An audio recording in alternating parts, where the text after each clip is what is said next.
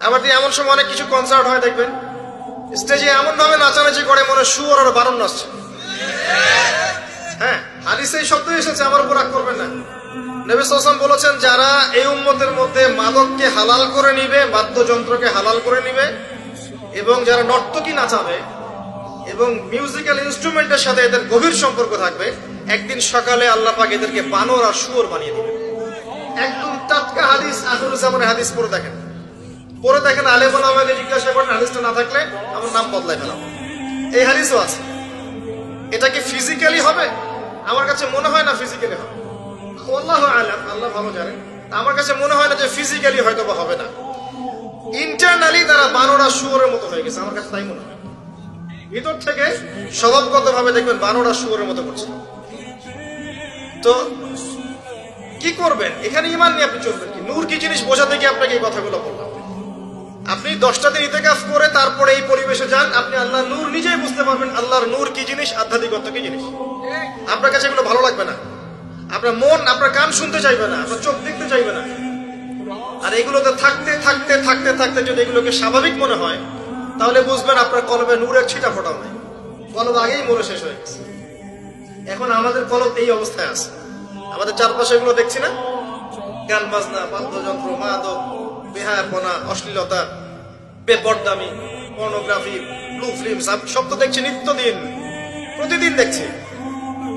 এগুলো দেখে যেহেতু আমাদের মনের মধ্যে কোনো রিয়াকশন আসে না, বুঝতে হবে মন কিন্তু নাই, dead. We are living with a dead heart. আমরা একটা মৃত হৃদয় নিয়ে ঘুরছি আর কি, আর কিছু না। এখন এই হৃদয়ে ঝাঁকি দিবে কিভাবে? এই অবস্থায় মৌত আসলে কি হবে? মৌতের কষ্ট খুব বেশি হবে। মৃত কলব অবস্থায় যদি মৌত চলে আসে, তাহলে মৃত্যুর যন্ত্রণাটা খুবই কঠিন হবে। কত কঠিন হবে আমি একটা হাদিস দিয়ে বুঝাচ্ছি। আমি এই হাদিসের নাম্বার এখন বলতে পারছি না, অনেকদিন আগে হাদিসটা পড়েছি, বাট আমি হাদিসটা পড়েছি। এবং যদি কেউ দলিল চান, আমি আপনাকে প্রাইভেটলি দিতে পারবো। কোন একজন নবী আল্লাহকে বলেছিলেন যে আমি বারজাখের মানুষের সাথে যোগাযোগ করতে চাই। কেমন আছে বারজাখের? বারজাখ বোঝেন তো?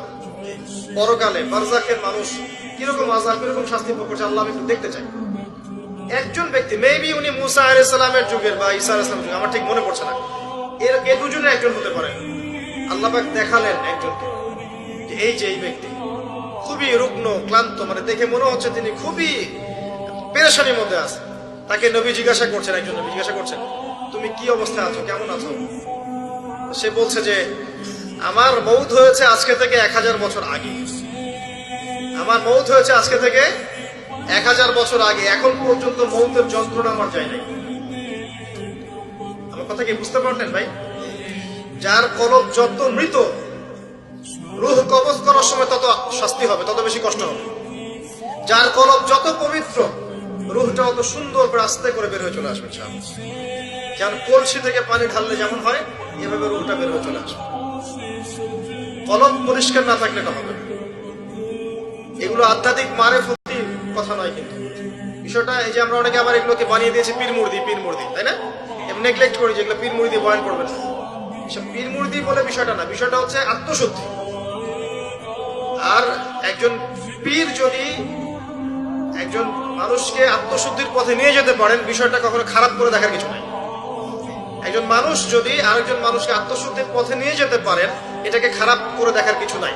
হ্যাঁ, এগুলোর নামে আমরা অনেক কিছু তৈরি করেছি যেগুলোর হয়তো অস্তিত্ব নাই। এটার নামে আমরা অনেক কিছু তৈরি করেছি, নিজেরা বানিয়ে নিয়েছি। এগুলো হয়তো আপনি বলতে পারেন যে হ্যাঁ এগুলো সুন্নাহ সম্মত হচ্ছে না ইত্যাদি, কিন্তু আত্মশুদ্ধির এই প্রক্রিয়াটাকে আপনি ডিসকারেজ করতে পারেন না।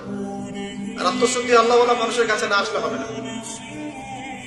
আত্মশুদ্ধির এই বিষয়গুলো এই কিছু কাজ করা এবং কিছু কাজ বর্জনের সাথে জড়িত আছে। আবারও বলছি, এই বিষয়গুলোতে জড়িত থাকলে আপনি আত্মশুদ্ধি পাবেন না। যেমন মাদক, পর্নোগ্রাফি, হারাম মেয়ের সাথে জেনার সম্পর্ক, হারাম বান্ধবী, হারাম অ্যাফেয়ার্স, সুদের সাথে সম্পৃক্ত থাকলে, মনে রিয়া থাকলে, অহংকার থাকলে, গীবত তহমত করলে, এই ধরনের কাজ, বেপরদামি, বেহায়াপনার মধ্যে থাকলে, মিউজিকের সাথে থাকলে, জুয়ার সাথে থাকলে, বা এই দুনিয়ার জীবনটাকে খেলতামাশার মতো গ্রহণ করেছেন, আল্লাহর হুকুম আহকামে পরোয়া করছেন না, আজকের দিনটা এনজয় করে নিন, কালকের কি পাতা, এমন আকীদা আদর্শে যারা বিশ্বাসী এদের মনের মধ্যে আত্মশুদ্ধি আসবে না। আল্লাহ পাক আমাদের সবার কলবগুলোকে পরিষ্কার করুন, পরিপূর্ণরূপে আত্মশুদ্ধি অর্জন করার তৌফিক দান করুন, এবং যে কাজগুলো করলে আল্লাহ পাক আমাদের কলবে আল্লাহ নূর দান করবেন সেগুলো বেশি বেশি করার তৌফিক আল্লাহ পাক দান করুন। আমিন।